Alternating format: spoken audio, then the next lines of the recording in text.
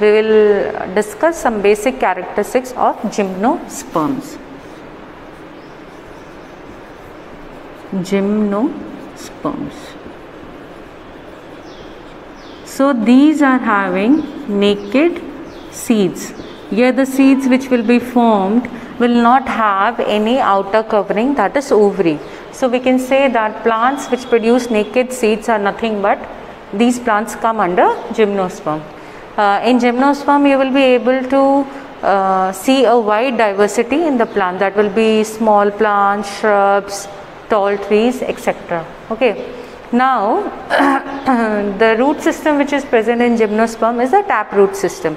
That means there will be a main root and other roots will be arising from here. So it is very different from the adventitious root system. Okay. So these plants mostly will have a taproot system. When we talk about various plants in gymnosperm, there will be different association with different organisms in these plants. Like in Pinus, we will see a mycorrhizal association.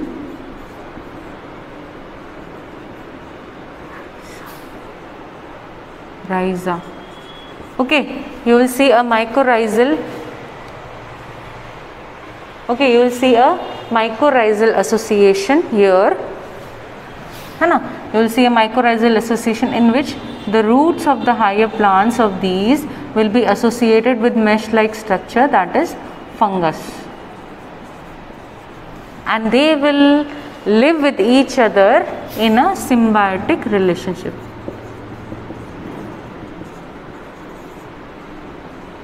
Okay, they will have a symbiotic association in which the plant will provide the fungi with shelter and food, and in turn the structure, the filamentous fungi will absorb mineral and nutrients, and it will provide to the roots of the plant. Oh, sorry. Okay. So this is the gymnosperm pinus is associated with mycorrhizal association. We will also see some different associations like Cycas. Cycas, a gymnosperm, is associated with coralloid. Okay, these are what? Coralloid cells, which are the nitrogen fixing cell, which will help these cycas to fix atmospheric nitrogen into them. These gymnosperms are very well adapted to withstand extreme temperature, humidity and wind. Okay. In coniferous, there will be presence of a needle-like leaf which will help in reducing the surface area of the leaf. They will have a thick cuticle and sunken stomata which will make these to survive in extreme temperature. Okay. Now when we talk about gymnosperm, there will be leaves in which sporangium will be present, and in that spores will be formed. Okay, so there will be microsporophylls and megasporophylls.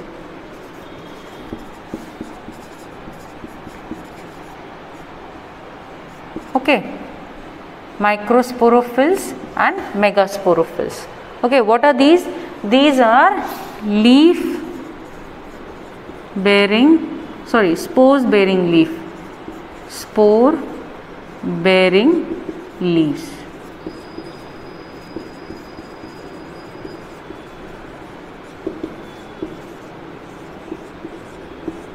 Okay, so when we talk about microsporophylls, the male gamete will be there, and when we talk about megasporophylls, female gamete will be there.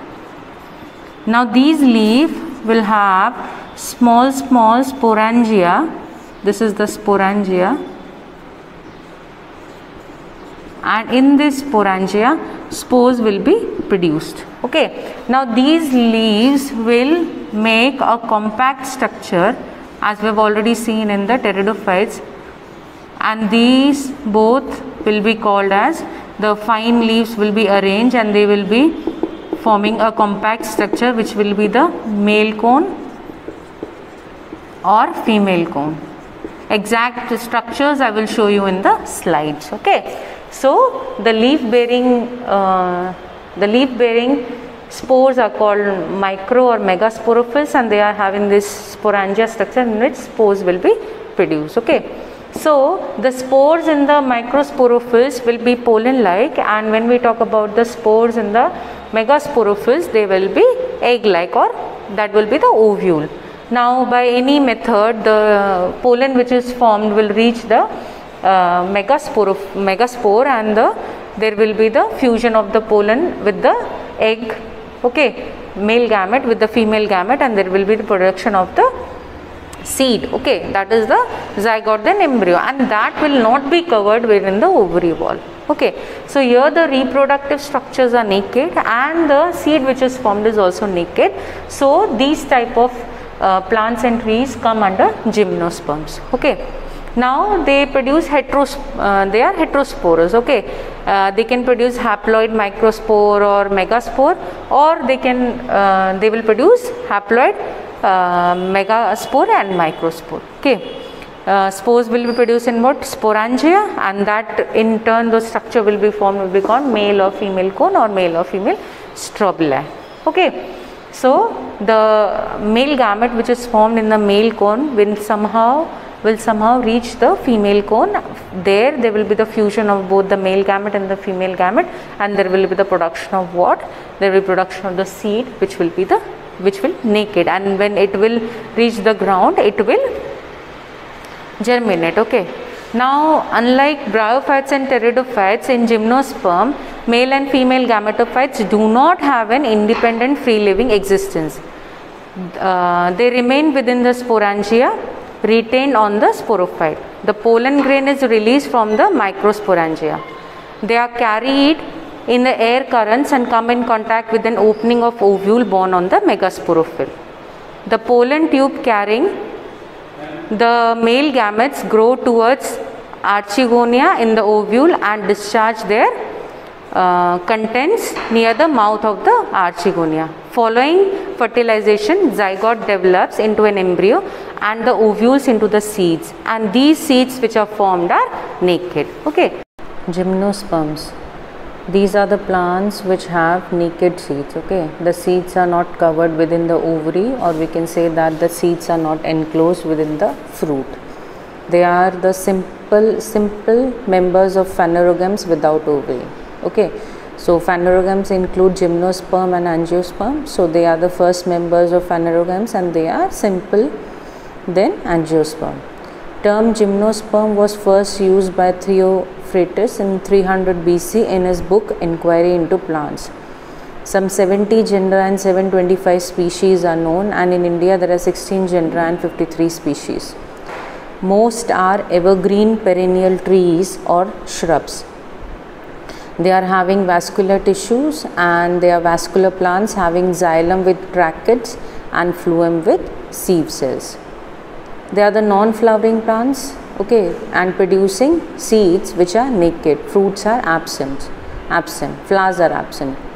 They show heteromorphic alternation of generation, that is, sporophyte is diploid, dominant, autotrophic and independent, and the gametophyte is haploid, recessive and dependent. Gametophyte is very much reduced and exists inside the sporophyte. Now sporophyte, which is the main diploid dominant plant body, is well differentiated into root, stem and leaves. As we saw in bryophytes that no true roots, stem and leaves were present, here true roots, stem and leaves will be seen. They are well developed and have taproot system. Now specific cells as coloroid roots are present in cycas, which show association with blue-green algae, that is cyanobacteria, and pinus show association with endophytic fungi called mycorrhiza. Okay, you can see here in the diagram, okay, that is, see the coloroid roots. Okay, these are the roots which will help in the fixation of the nitrogen, and this is the mycorrhizal association, that is endomycorrhiza and ectomycorrhiza. See here you can see that the mycorrhizal association is present inside the root system of the plant, but here it is present only on the outer side. And these, so in Cycas you will find the coloroid roots, okay, these help in the fixation of nitrogen, and in Pinus you will see the mycorrhizal association, that is association of the fungus with the roots of the Pinus. Now stem is mostly erect, aerial, solid and cylindrical. In Cycas it is usually unbranched, while in Coniferous it is branched. Leaves are dimorphic. Foliage leaves are green and simple, needle-like or pinnately compound, which will they are needle-like, so the surface area of the leaves will be reduced, and it will help in prevention of water loss. Scaly leaves are small, membranous and brown. Secondary growth is present, okay, because there is presence of cambium. This we will understand in the 5th chapter, that is morphology. Now gymnosperms are heterospores, okay, they will produce both two types of spores, that is microspores and megaspore. Microspores will be the male gamete and megaspore will be the female gamete. Spores will be produced in sporangia, and these sporangia will be present on the surface of the leaf, and so they are called sporophyll, and the leaf will be interdigited and they will form cone like or strobila like structure, okay.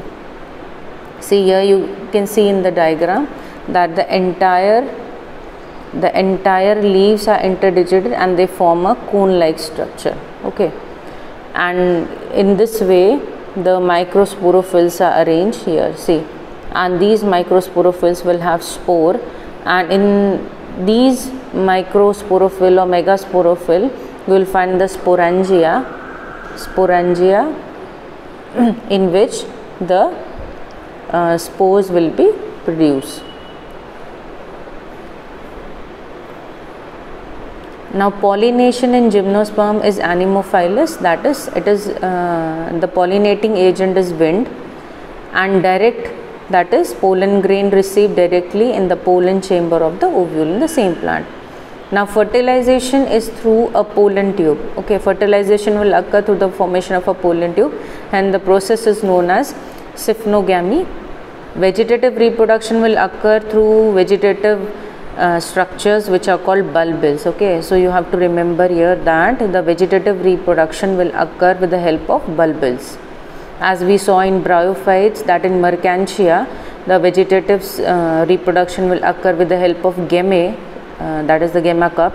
Here the vegetative reproduction takes place with the help of bulbil. Some gymnosperms are called as living fossils because it is found more in fossilized form than living form. Gymnosperms vary greatly in size, like Skua sempervirens is tallest, Taxodium mucorantum has diameter of 125 feet, and Zamia pygama is smaller gymnosperm, that is only 25 centimeters. Now here you can see the diagrams. This is very similar to the angiosperm, but this is not well developed, and when we will come to angiosperm we will see these structures well developed, okay. So here you can see that this is the microsporangia, okay, microspores are the male, microsporangia will be the main sporangia which will be producing microspores, okay. So it produces a pre-pollen, and this is the, if we talk about, this is the female part in which these will be the egg. This will be the egg and this pollen will reach here and it will fertilize the egg.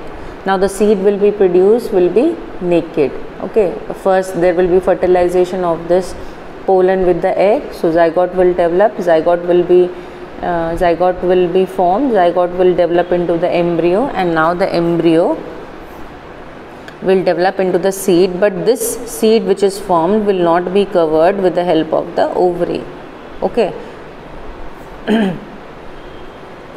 Now here you can see the bulbil structure which we talked about, which will help in vegetative reproduction. So this is the bulbil, this will be separated from this plant, and this will now grow as an individual gymnosperm.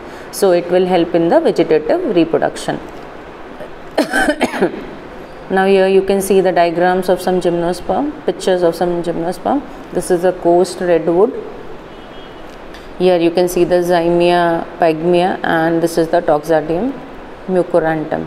Okay, so this were the basic characteristics of the gymnosperms.